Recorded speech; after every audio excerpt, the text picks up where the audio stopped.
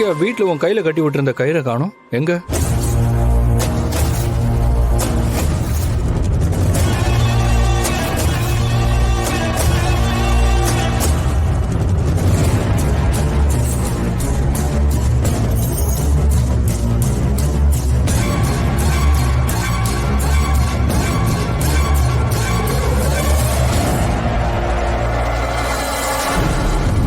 ஐலி, இது இலக்கியா கட்டின கயிறு, அதையே கழட்டி வீசின. ஒருவேளை கபிலன் இதை வாட்ச் பண்ணிருந்தா. சரி, வாங்க உள்ள போலாம்.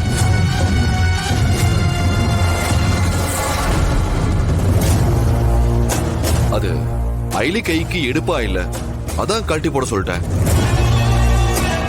சரி, அதான் பாட்டிக்கு ஒண்ணு இல்லைன்னு சொல்லிட்டாங்கல்ல, வாங்க கிளம்பலாம். தாலி பெருக்கி போடுற ஃபங்க்ஷனை பாதிலேயே நிறுத்தக்கூடாதான். இன்னைக்கே அதை முடிச்சிடலாம். வாங்க.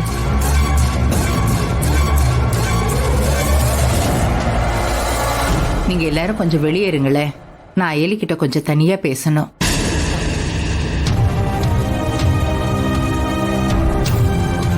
ஐலி, பாட்டி ஏதோ தனியா பேசணும்னு சொல்றாங்க.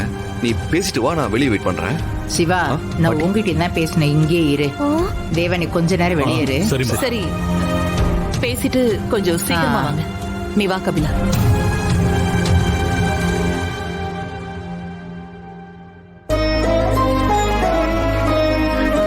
என்ன பேசணும்? தனியா பேசுற அளவுக்கு என்ன முக்கியமான விஷயம்? அயலி, நீ இது வரைக்கும் என்கிட்ட எதையும் மறைச்சதில்ல, பொய் சொன்னது இல்லைன்னு நம்புறேன். இதுக்கப்புறமா நான் உன்னை நம்புவேன். சரி, எதுக்கு என்ன திடீர்னு நெஞ்சு வெளி மயக்கம் போடுற மாதிரி நடிக்க சொன்ன? என்ன ஹாஸ்பிட்டல்ல வந்து பாக்குறேன்னு சொல்லிட்டு நீங்க 2 பேரும் எங்க போனீங்க?